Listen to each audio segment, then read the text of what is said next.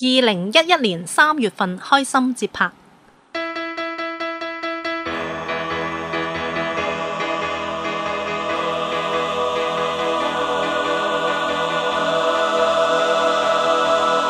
擺動下，扭動下，轉動下，輕鬆節拍帶來愉快的笑顏。風漸冷，天漸晚，心漸淡，幾多變化，有誰沒有牽掛？不用怕，不用怕，不用怕，不用怕，一處帶領你能面對到困難。風漸散，天未晚，心未淡，緊緊信靠，困難定會消失。開心節拍，放下你的怨煩。歌聲四散，放下你哀嘆，主看顧你，掃了你苦惱，信靠你莫再牽掛。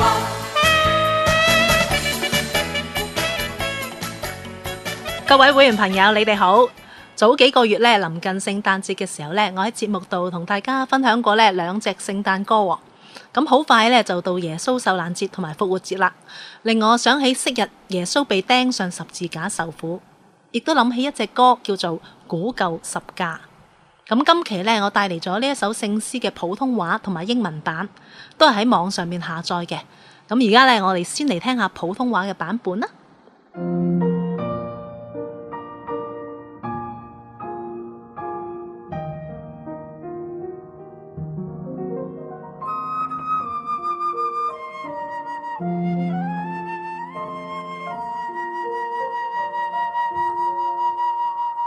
各大山岭上，古里古旧世家，这乃是修路痛苦记号。深爱子主耶稣，为世人被钉死，这是家为我最爱最棒。故爱高举十字宝架，十字宝架，直到在主台前见主面。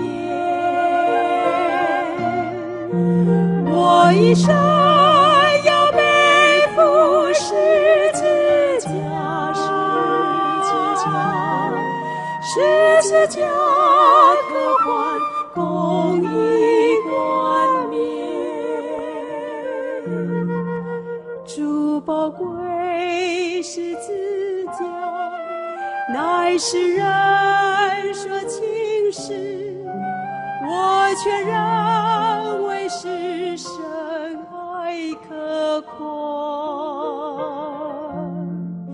深爱子主耶稣，离去天堂荣华，被吃苦加州像哥哥他。故爱高举十字宝架，十字宝架，直到在主台前见主面。我一生要背负十字架，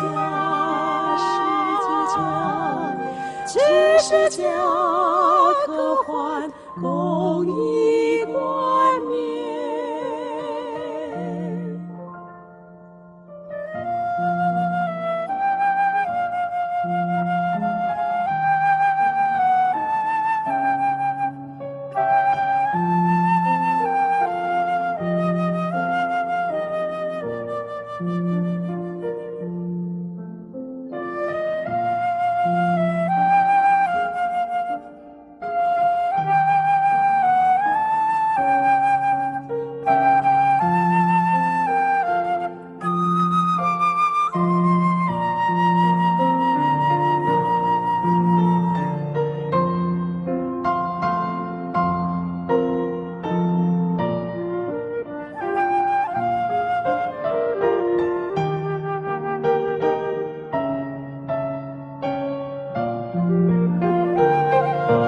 故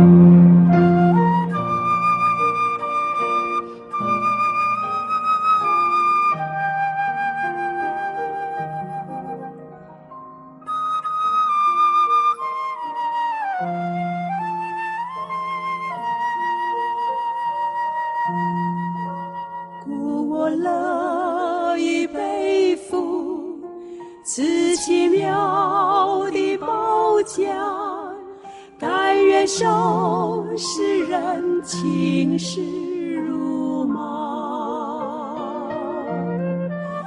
不日救主再临，迎接我同升天，永远分享荣福在天家。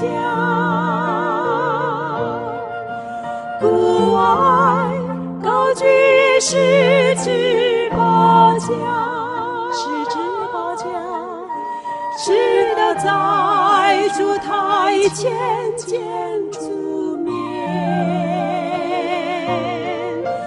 我一生要背负十字架，十字架，此十架可换公义冠冕。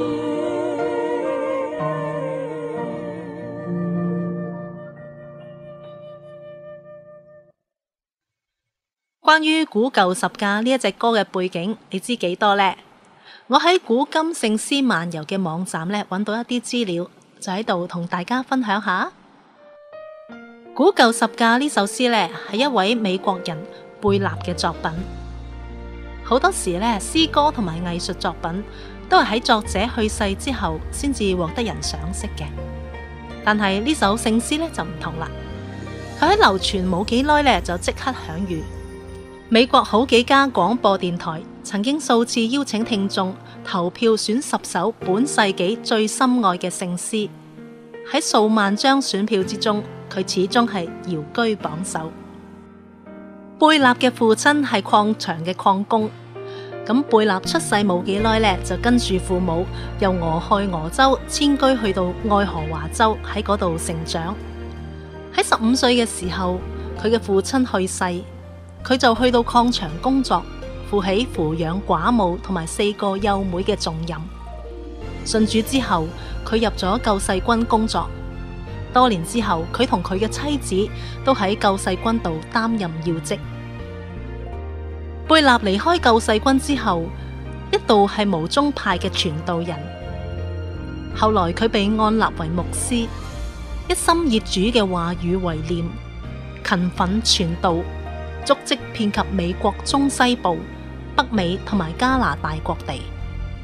有一段時期，佢完全致力於奮興佈道會。有一次，佢由外地佈道返嚟，經歷咗一場嚴峻嘅考驗。之後，佢審慎咁思考十字架嘅重大意義，而真正咁認清到使徒保羅喺腓立比書3章10節所講，和基督一同受苦，效法他的死。古舊十架呢首詩呢，就喺1913年寫嘅。貝納先作咗譜，咁有好幾次配上咗歌詞都唔滿意，直到最後先至詮釋咗佢自己嘅心聲。